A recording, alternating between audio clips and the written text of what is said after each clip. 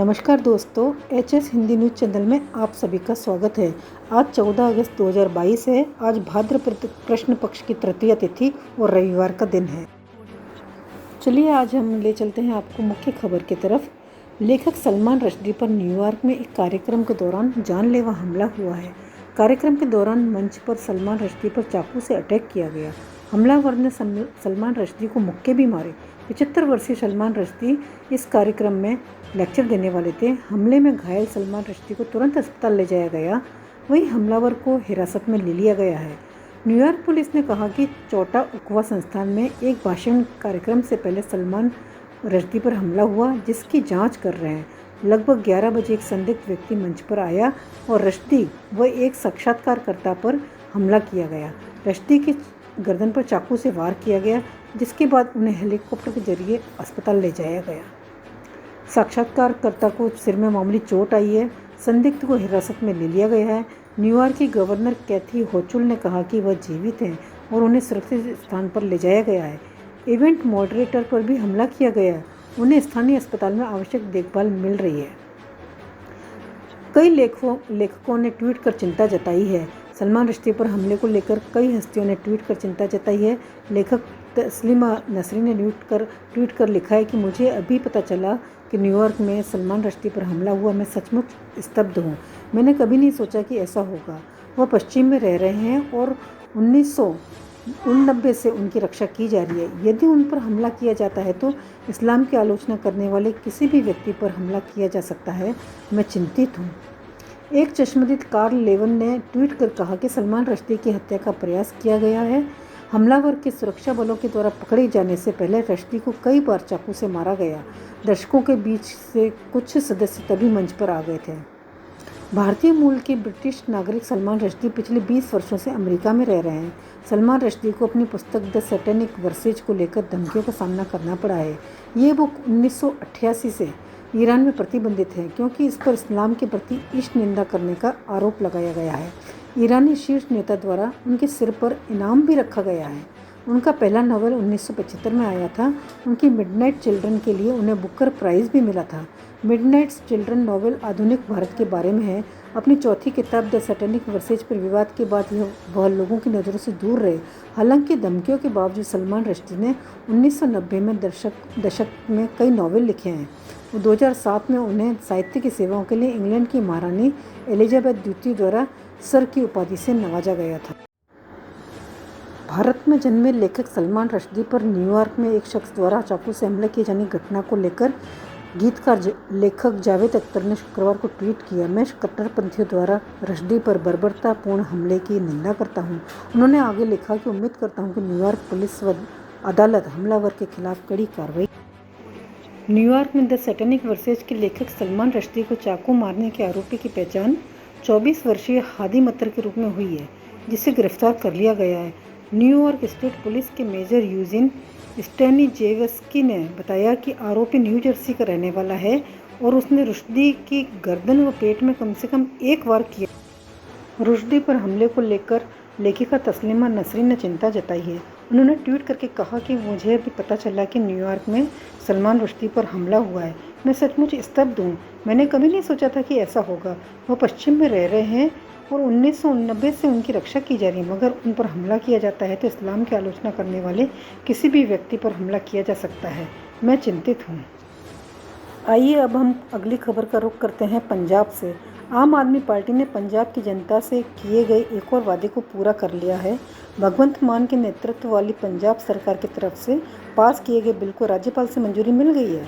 इससे राज्य में विधायकों की पेंशन नए नियम के तहत जारी की जाएगी।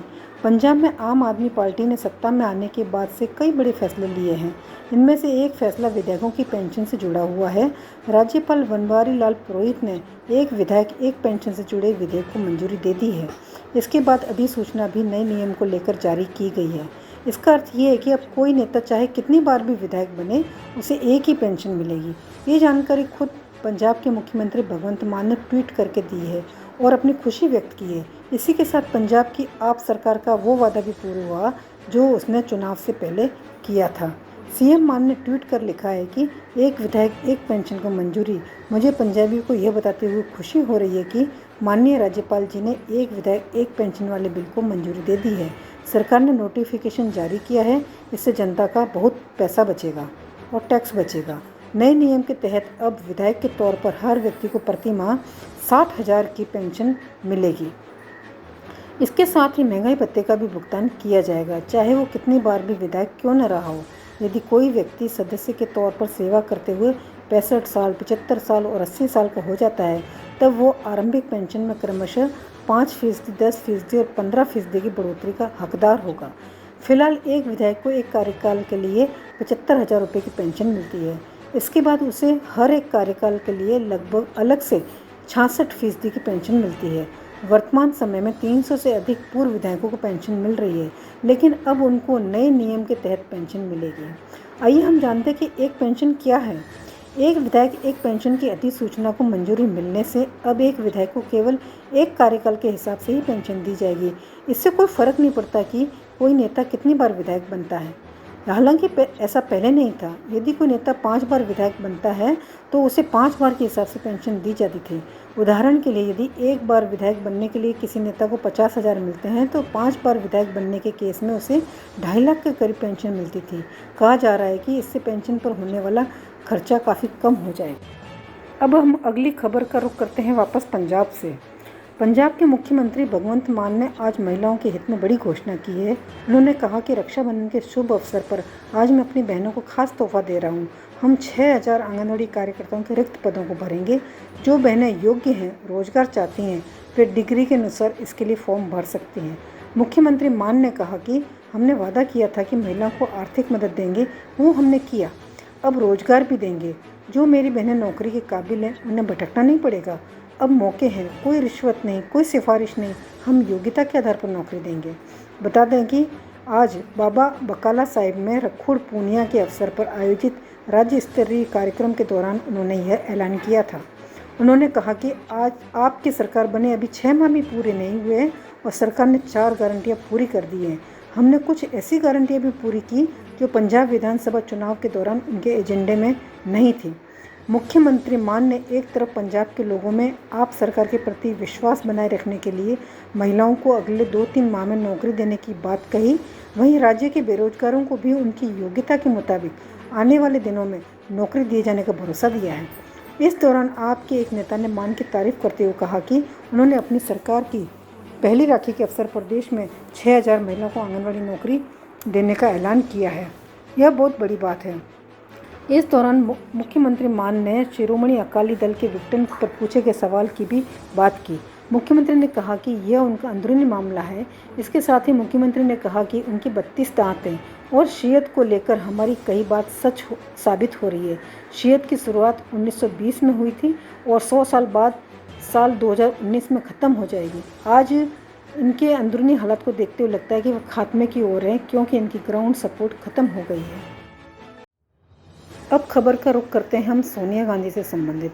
कांग्रेस की अंतरिम अध्यक्षा सोनिया गांधी एक बार फिर कोरोना वायरस से संक्रमित पाई गई है। पार्टी नेता जयराम नरेश ने ट्वीट कर इसकी जानकारी दी है। उन्होंने लिखा कि सोनिया गांधी की कोरोना टेस्ट रिपोर्ट पॉजिटिव आई है। अब वह सरकार द्वारा जारी प्रोटोकॉल का पालन करते हुए आइसोलेशन में रहेंगी। इससे पहले 2 जून को उन्हें महामारी से संक्रमित पाया गया था। हालत बिगड़ने पर उन्हें कई दिनों तक हॉस्पिटल में रखा गया था।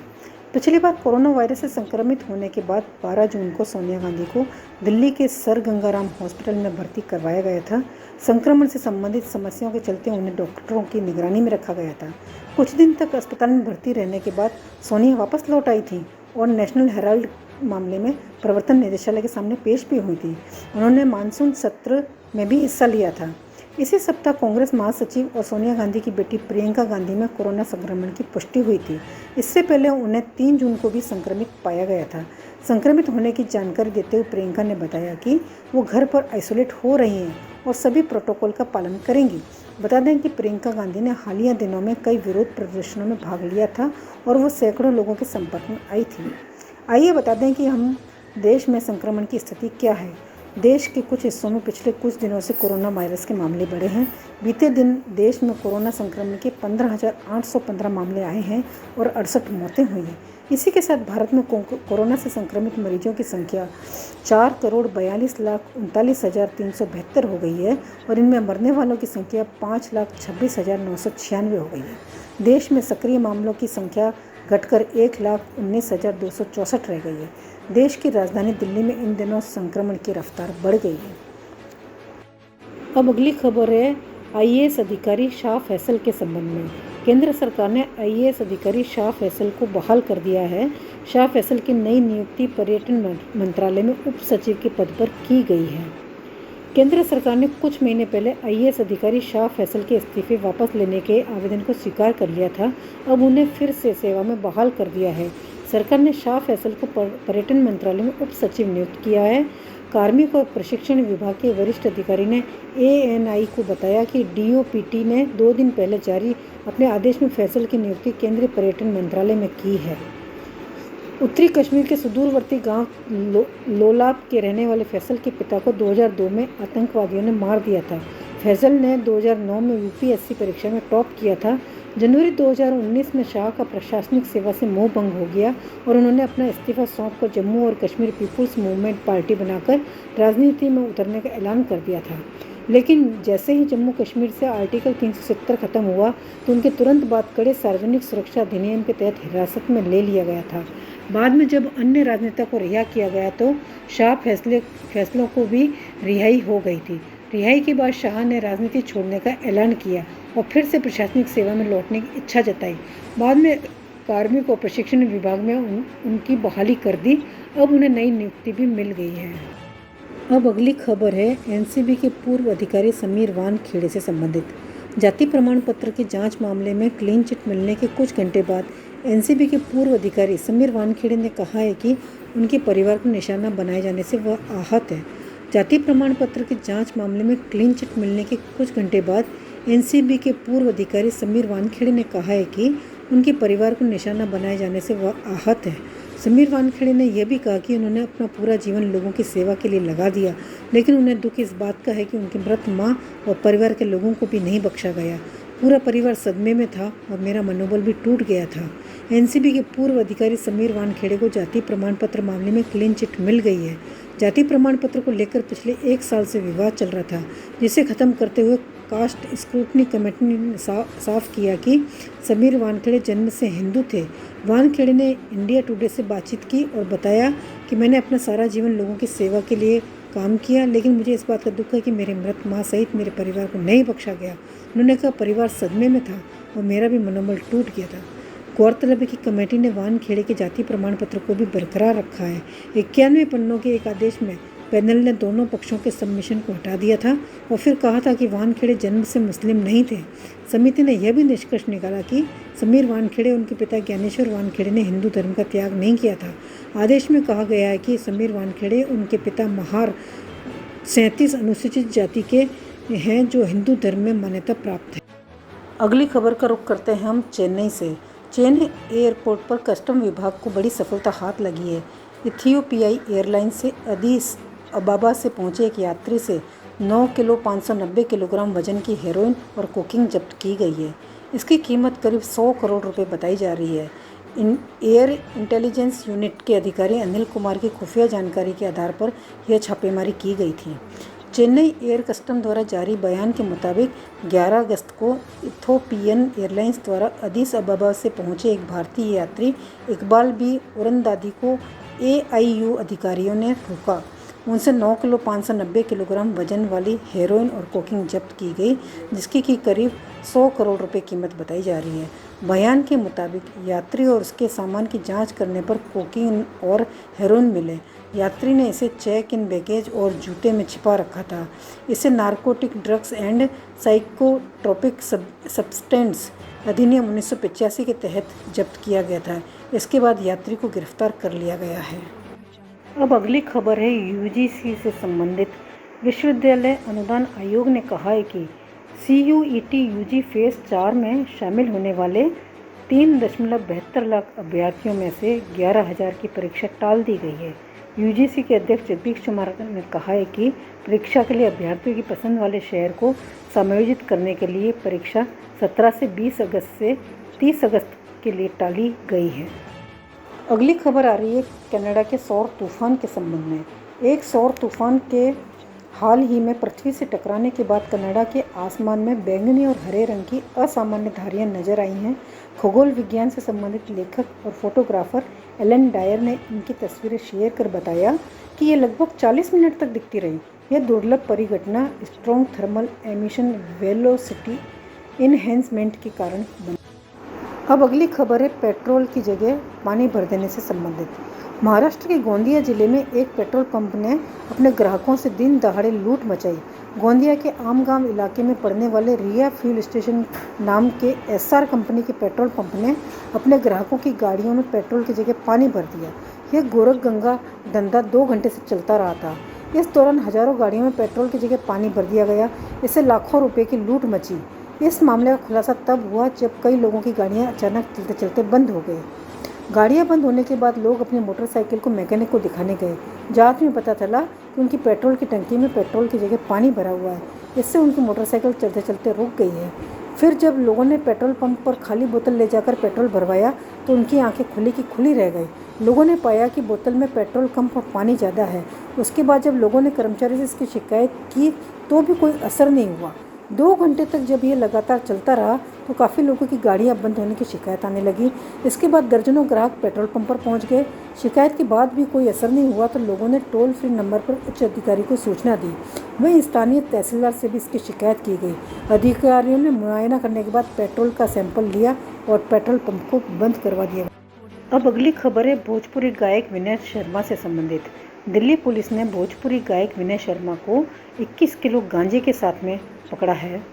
मूल रूप से बिहार के सिवान के रहने वाले विनय शर्मा भोजपुरी गायक हैं और अब तक 100 से ज़्यादा गाने गा चुके हैं।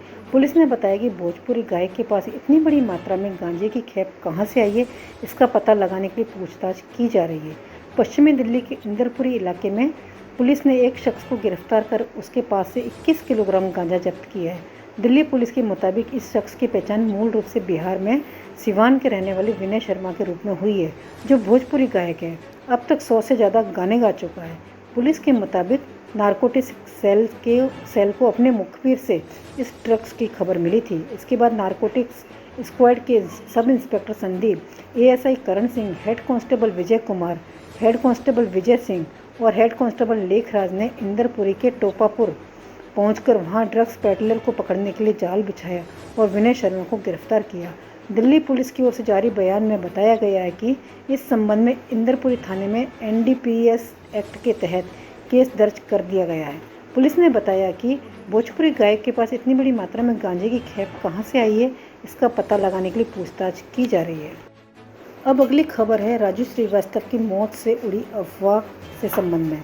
राजू श्रीवास्तव की फैमिली ने उनके सोशल मीडिया अकाउंट पर नया पोस्ट शेयर किया है। उन्होंने कॉमेडियन का हेल्थ अपडेट दिया है। साथ ही फैंस से गुजारिश की है कि अफवाहों पर ध्यान न दें। फेमस कॉमेडियन राजू श्रीवास्तव इस समय वेंटिलेटर पर है। कभी खबर आ रही थी कि उनकी तबीयत में थोड़ा सुधार हुआ है, कभी कहा जा रहा है कि उनके ब्रेन ने रिस्पॉन्स करना बंद कर दिया है और हालत नाजुक बन गई है। इन सब के बीच राजू की मौत की अफवाह भी उड़ी। सोशल मीडिया पर उन्हें श्रद्धांजलि देते हुए पोस्ट शेयर किए जाने लगे। तभी फैमिली ने इन सभी अफवाहों का खंडन करते हुए नया पोस्ट शेयर किया। उन्होंने बताया कि अब कॉमेडियन की तबीयत कैसी है। उन्होंने लोगों से गुजारिश की है कि उनकी अच्छी सेहत के लिए प्रार्थना करें और अफवाहों पर ध्यान न दें। राजू श्रीवास्तव के ऑफिशियल इंस्टाग्राम अकाउंट पर फैमिली ने नया पोस्ट शेयर करते हुए लिखा, राजू श्रीवास्तव जी की हालत स्थिर है, अफवाहों की तरफ ध्यान न दें और उनके उत्तम स्वास्थ्य के लिए प्रार्थना करते रहें। अब अगली खबर है पाकिस्तान के विदेशी मुद्रा भंडार के संबंध में। स्टेट बैंक ऑफ पाकिस्तान का विदेशी मुद्रा भंडार लगभग 3 वर्षों में अपने न्यूनतम स्तर पर गिरकर 5 अगस्त तक 7.83 अरब डॉलर पर पहुंच चुका है, जो इससे एक सप्ताह पहले कर्ज भुगतान पर 8.385 अरब डॉलर था। स्थानीय मीडिया के अनुसार केंद्रीय बैंक के आंकड़ों से ये जानकारी मिली है। द न्यूज़ ने बताया कि स्टेट बैंक ऑफ पाकिस्तान द्वारा रखे गए विदेशी भंडार में ऋण भुगतान में वृद्धि और बाहरी वित्त पोषण में कमी के कारण साप्ताहिक आधार पर 55.5 करोड़ डॉलर या 6.6% की गिरावट आई है। केंद्रीय बैंक के आंकड़ों से पता चलता है कि अक्टूबर 2019 के बाद से भंडार अपने सबसे निचले स्तर पर आ गया है। पाकिस्तान का कुल लिक्विड विदेशी भंडार 64.8 करोड़ डॉलर या 4.6% गिरकर 13.561 अरब डॉलर रह गया है, जबकि वाणिज्यिक बैंकों का भंडार 1.6% गिरकर 5.730 अरब डॉलर हो गया है। एसबीपी के पास उपलब्ध भंडार एक महीने के आयात से थोड़ा अधिक कवर करने के लिए पर्याप्त है। एसबीपी ने एक बयान में कहा कि रिवर्स में कमी बाहरी ऋण के भुगतान के कारण हुई थी।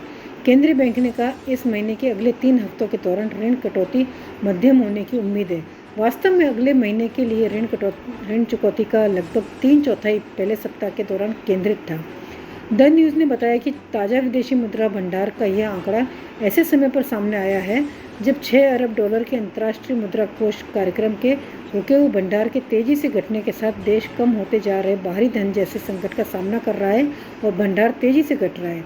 हालांकि विश्लेषकों का मानना है कि IMF कार्यक्रम फिर से शुरू हो गया है और घटते विदेशी भंडार को बढ़ाने में मदद करने के लिए गिरते आयात के बीच चालू घाटा कम होने की उम्मीद है। अब अगली खबर का रुख करते हैं महंगाई के संबंध में। महंगाई के मोर्चे पर राहत की खबर है। कच्चे तेल समेत अन्य कमोडिटी के दामों में कमी के चलते जुलाई 2022 में खुदरा महंगाई दर में कमी आई है और ये 7% के नीचे जा पहुंचा है। जुलाई में खुदरा महंगाई दर 6.71% रहा है, जबकि जून में 7.01% रहा था, जबकि मई 2022 में 7.04% तो अप्रैल में 7.79% रहा था। जुलाई महीने में खाद्य महंगाई दर में कमी आई है। जुलाई में खाद्य महंगाई दर भी घटकर 7% से नीचे आ गया है। जुलाई में खाद्य महंगाई दर 6.75% रहा है, जबकि जून में 7.7% रहा था।